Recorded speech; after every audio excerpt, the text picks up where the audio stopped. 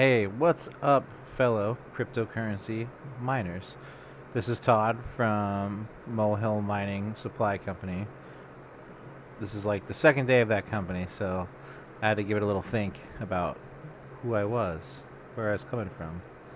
Um, we're gonna build our first dedicated mining rig, and I wanted to share a little bit about what we ended up getting with you guys. So I'm gonna go ahead and shrink myself down, something like that, and yeah, away we go. So we got the b250 mining expert. By the way, man, use Brave. Uh, if you're at all in the crypto, you really should be on Brave. Um, Subject for another video, though. So the board's got like a pretty wide range of prices. I doubt that that's the same board. $200. Yeah, no way. Just right around 110 is a sweet spot for this board. I'm gonna try to get them on the website. It's a matter of finding the right distributor, but I think we can. So I think we'll be able to do it. Let's look at the official site real quick. So it's a DDR4 1151. So it's like keeping up with the basics of a workstation. We got our cryptocurrency, 19 PCIe slots. That's what this one really comes around. USB 3.1 if you care about that at all in your mining rig. One thing that's pretty interesting, they highlight the stuff that's different about their board versus a normal one. So we're probably all used to putting 24 pins on the motherboard right here. This is going to power the motherboard. Of course, there's another 8 pin up here. That's going to power your CPU. But normally it would just be these two where you're applying electricity directly to the board. In this case, we have quite a bit more going on. We have two more PCIe, we have two more of the 24 pin power connectors, 12 volts. And then over here we have Molex. Molex is a little old school, and it's for like fans and stuff like that. It'll also power the riser cards if you want. I tend to stick with 6-pin and stuff. I think those cables are a little more durable and handle a little bit more electricity without getting quite as hot. But, you know, in this case, the board's saying, hey, we want 3 Molex here. I'm going to dive in when we make the video of building the rig. I'll tell you guys how I'm going to handle these Molex. My guess right now is I'm going to fill them up, and my guess right now is that by giving every power adapter some power, we're going to have the most stable motherboard, the most stable 19 GPUs running. Yeah, that's just my intuition, not an educated guess or anything. Obviously, the input-output is nothing to write home about. PS2, USB 2, HDMI 3.1, sorry, USB 3.1, a LAN port and an audio port. And then one of your graphics cards can live in this spot here, 16 slot. So, designed for crypto mining, 19 slots on the motherboard. Not bad, not bad. Triple ATX 12 volt power delivery. We were just talking about that. So here is a little bit more where they explain what they want you to do here. They're anticipating you're going to need 3 power supplies. And I actually need to do some math and find out how many watts you're going to need on any given power supply. Given that some of these PCIe lanes are predetermined what will go in them if you want to run all 19 cards. And I'll try to find that. I think it's on this page too. So, but here you have a bit of an explanation for which power supply is powering which of the graphics cards. I don't know if it's written or if it's a rule, but I would match, just for sanity's sake, I would match, you know, power supply A, B, and C with the cabling that's going to the 6 or the 8 pin on the graphics card. So I don't lose my mind with like mix and match and stuff. Oh yeah, something that's worth looking at. Every single PCIe lane has its own voltage stabilization, so that's good. Here, I'm going to zoom in a little bit. But here we go. This is an interesting feature. This is going to show you here. It is unclear to me if this is a software inside of Windows or if this is a if some kind of part of the BIOS or something of that sort. I'm guessing it's actually, excuse me, not Windows, but probably one of the Linux operating systems that are just for mining. Those are new to me, so when I build this rig, I'll probably have a video or two of myself trying to figure that out as we go. But yeah, here's your 19 cards.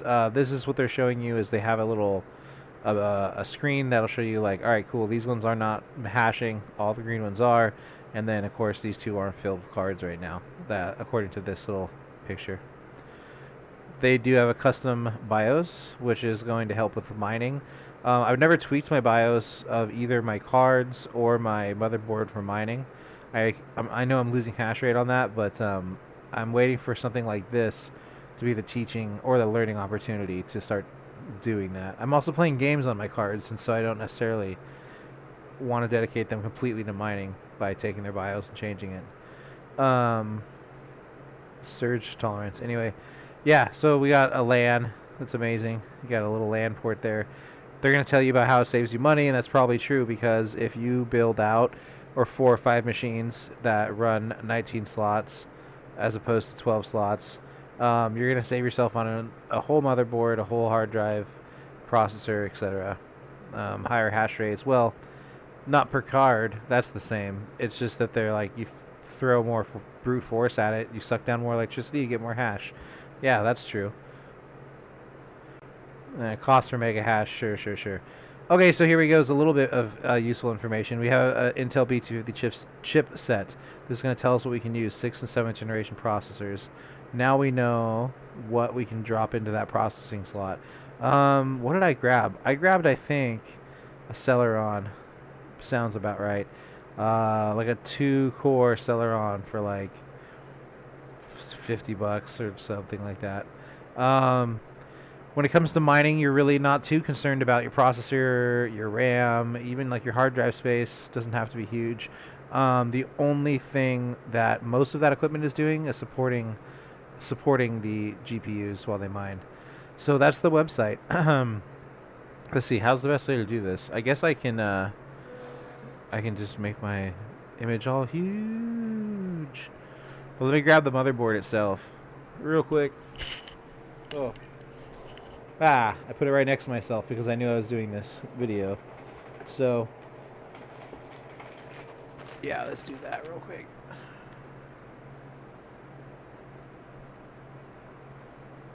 All right. So, b250 mining expert. Hello. From Asus. There's the beast right there.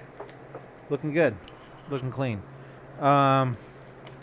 What's in the box? An IO shield. You never would have guessed. SATA ports. No NVMe on this board. I'm like 99.9% sure. We'll double check in a second. But yeah, old school SATA. But like I said, we're not worried about performance. Why are you gonna buy a M2 drive on a mining rig? We got the drivers. I almost forgot what these are called, man. Disk. If you still have an optical disk, good for you. You don't have to download the drivers, I guess. And then we got our user guide. This is probably where I'll get some of the answers to elaborate on what we're doing here between now and I'm not sure when we're going to build the rig, actually, because we're still waiting on parts to get shipped. So yeah, that's what comes in the box. Oh, in addition to the actual motherboard. Coming in some sexy, anti-static plastic, as is the norm. Trying to find a place to grab it without grabbing onto some capacitors. They're damn all over the place. Capacitors all over the place. All right, there's the board itself, just like in the pictures, except that this isn't even as clear because my old school webcam. So there you go, is A, B, and C. They're upside down, I understand that, but there's A, B, and C in terms of the 24 pin, all 19. We got 3 Molex on the side, and yeah, I'm not seeing anywhere to put an M2 drive, but like I said, I don't think that is worth it. It's just too expensive. We have a battery here in case you want to clear CMOS. Oh lordy, can you guys tell I am not a veteran YouTuber? Yeah, there we go. There's our CMOS right there. Um, there's nothing to write home about on the board except for that just big field of 19 PCIe slots, man. It's pretty killer. Of course, one of them is still full sized. I suppose you could throw some video games at it if you could just mine with the other 18 while your 19th graphics card was attached to a 16 slot. It would give you, you know, decent performance. That's assuming you put a decent amount of RAM and a processor in here, but you know, honestly, I have my Ryzen over here, which is what I'm recording on. It's what I play games on, and it's gonna stay that way. It's mining right now, but that's because this board here is waiting for parts. So, so that's the B250. That's what we're gonna use to set up my first dedicated mining rig. I'm looking forward to that quite a bit. So, I'll make some more content. We'll answer some of the questions that I have in my own mind when we get to building. So, thanks for checking out the channel. This is our first official review of mining equipment, so that's exciting, I guess. But it's definitely not going to be our last. So, swing through, check out stuff. Please hit subscribe. We will be making more content as we go. I'm no like hardened veteran or expert in the crypto space, and so I hope what I can offer people is a layman coming into the space and trying to self-teach. And so hopefully the questions that come to mind for me will let me, like, I can answer those on video, and then hopefully that'll help you guys out as well. So obviously always listen to the experts, the people who have been building rigs for years. But yeah, check on those are the people I'm learning from anyway. But check out our content as well, because perhaps I'll run into a problem that you have too, and hopefully that's past tense and I'll have already solved it. But yeah, thanks for checking out our first video. I'm really looking forward to building this rig. Should be next week sometime. I don't have my web browser up right now to tell me the rest of it, but I don't want to drag on the video any longer, so take it easy. That's all I got.